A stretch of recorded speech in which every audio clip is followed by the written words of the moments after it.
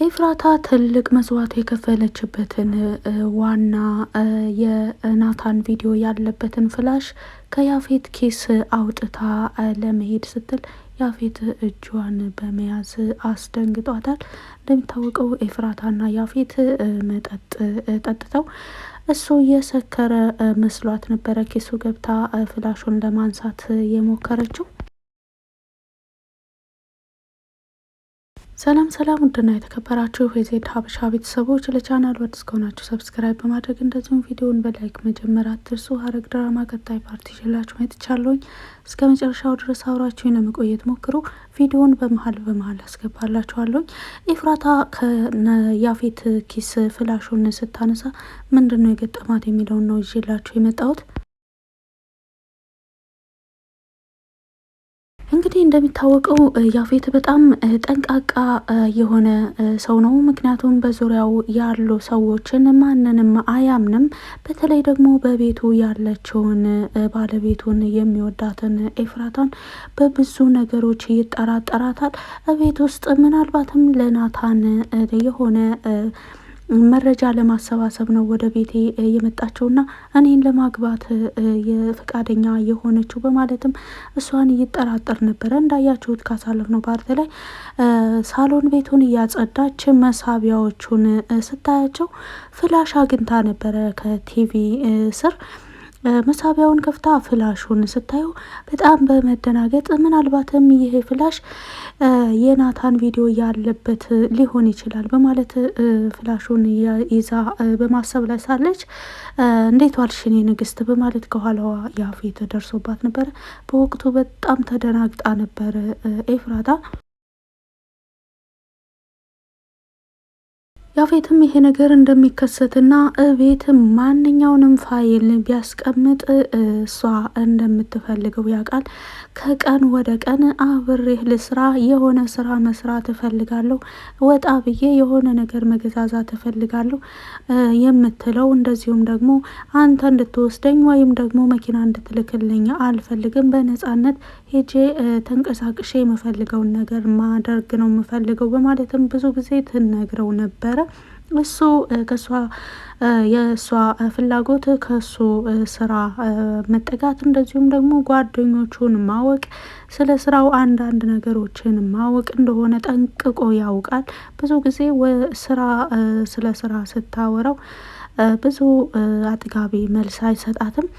ሰሞኑን ግን ከኔ ጋር መስራት አለብሽ በማለት እንግዲህ ያቀደው እቅድ አለ። ምክንያቱም ከወይዘሮ ትዝታ ጋር አብሮ ለመስራት ዝግጁ ሆኗል።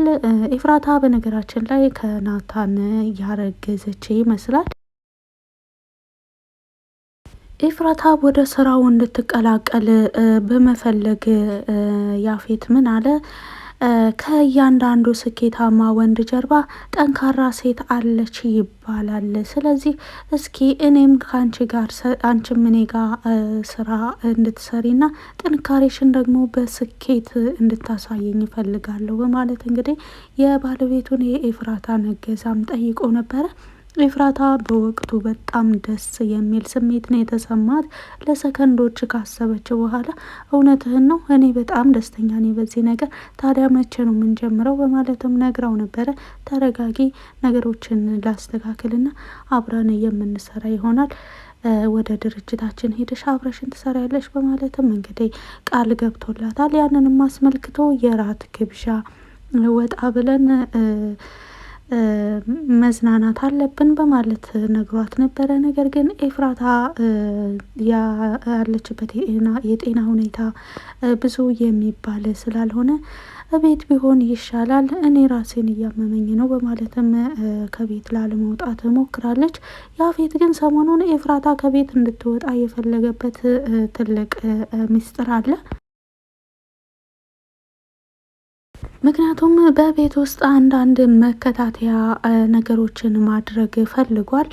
ኤፍራታ እኔን ለማግባት የወሰነችው ናታንም እዚህ ድርጅት ላይ ሊሰራ የቻለው የኔ ተቀናቃኝ ሆኖ እዚህ ድንገት ያገኘሁት እነሱ ቀደም ብለው አስበውበት ያደረጉት ያቀዱት ነገር ነው እንጂ እንደዚህ በቅጽበት ሊሆን አይችልም።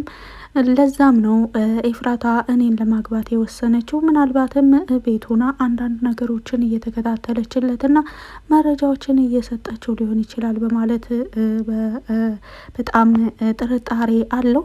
ይህ ነገር ከታሪኩም ጋር ተነጋግሮበት ነበረ። ታሪኩም ግን ናታን ምን አጠፋ፣ ጽዮንስ ምን አጠፋቸው በማለትም እንግዲህ ተናግሮ ነበረ ለያፌት። ያፌት ይሄ ነገር አንተን አይመለከትም በማለት ነበረ የመለሰለት ለታሪኩ። እንግዲህ ጽዮን በጣም የምሳሳላት አንድ ታለችኝ የምላት እህቴ ናት በማለትም ሲናገር፣ ታዲያ እኮ ናታንም ወንድምህ ነው ብሎ መልሶለት ነበረ። ናታን ባይረገዝ እኮ አባቴ እናቴን ያገባ ነበር በማለት እንግዲህ ናታን መረገዙ የእሱ ጥፋት እንደሆነ ነው አድርጎ እያሰበ ያለው። እንግዲህ በዚህ በያፌት ንግግር ታሪኩ እየተስማማ አይመስልም። ምክንያቱም እነ ታሪኩ ከቀድሞ ከኤፍራታ እገታ ጀምሮ ከዚህ ቤተሰብ ጋር ያለውን የያፌትን ችግር በአጭሩ ለመቅረፍ ሞክረው ነበረ። ኤፍራታን ባገቱ ጊዜም አለቃ ብዙ ስራዎችን ካንተ ጋር ሰርተናል፣ ነገር ግን እንደዚህ ከቤተሰብ ጋር የሚያስተሳስር የሆነን ስራ ከአሁን በፊት ሰርተን አናውቅም፣ እኔ በበኩሌ በዚህ ስራ ደስተኛ አይደለሁም በማለትም ተናግሮ ነበረ ታሪኩ ለያፌት። ያፌትም ዝም በሉ አብሬያችሁ ስለተቀመጥኩ ጓደኛችሁ መሰልኳችሁ እንዴ?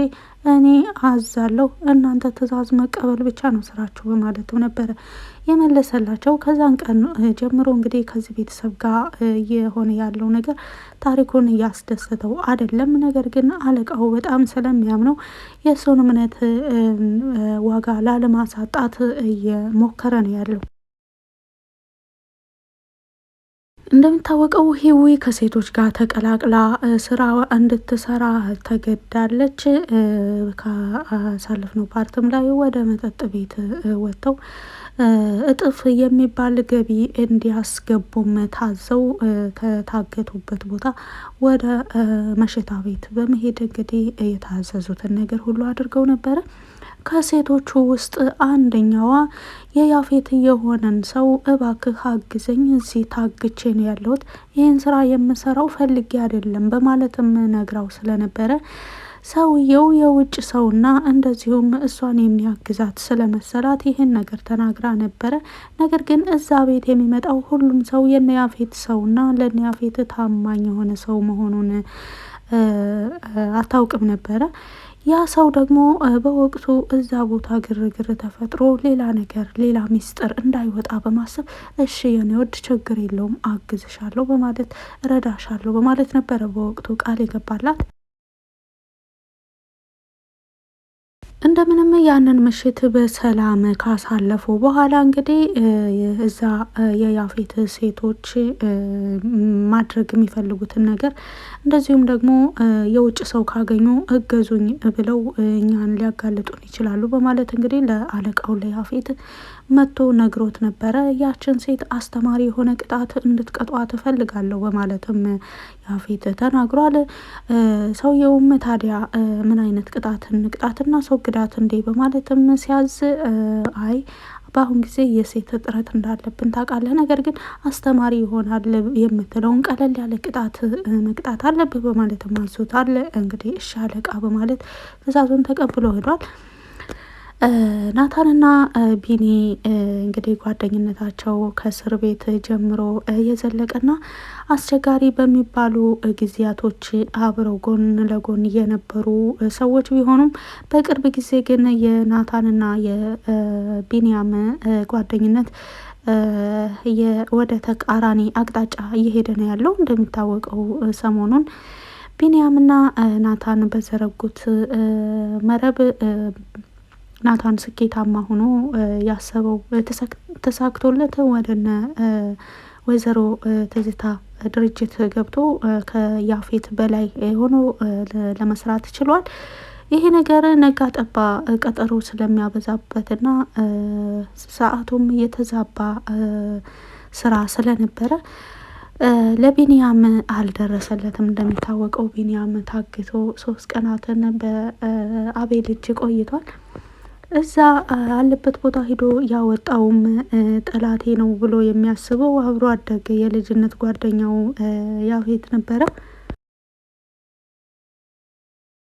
ቤኒ ግን ሲጠብቅ የነበረው ናታን ጓደኛዬ መጥቶ ያወጣኛል የሚል ነበረ። ነገር ግን ናታን ጓደኛው እንኳንስ እዛ ሄዶ ማውጣት ይቅርና ተፈቶ እቤቱ ከደረሰም በኋላ ለመጠየቅ ወቅት አልነበረውም። እንግዲህ ቀናቶችን ካሳለፈ በኋላ ዛሬ በስልክ ደውሎ እንገናኝ በማለት እንግዲህ ቀጠሮ አስይዞት ነበረ።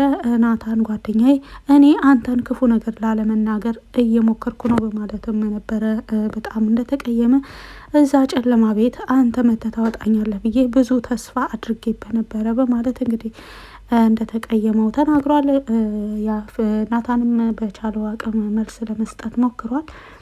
እንግዲህ ኤፍራታ በያፌትም በአቤልም እያስፈራሯት ሁለታቸውም እያስፈራሯት ያሉበት ትልቁ የናታን ምስጢር ያ ፍላሽ ቪዲዮ ያለበት ፍላሽ ስለሆነ እሱም ለማግኘት በጣም እየሞከረች ነው ያለችው። ፍላሹንም ቤት ውስጥ በሙሉ ፈልጋ እንግዲህ የቀራት የያፌት ኪስ ስለሆነ ከኪሱ ውስጥ በዚህ መልኩ ሰክሮ እንደተኛ ይሄን አጋጣሚ መጠቀም አለብኝ በማለት እንግዲህ ወደ ኪሱ ስትገባ እጇን ይዟት ነበረ። እጇን በያዛት ጊዜ በጣም ተደናግጣ ነበረ። ከዛስ በኋላ ምን ይፈጠራል የሚለውን ደግሞ አብረን የምናይ ይሆናል። ስላዳመጣችሁኝ ከልብ አመሰግናለሁ። መልካም ጊዜ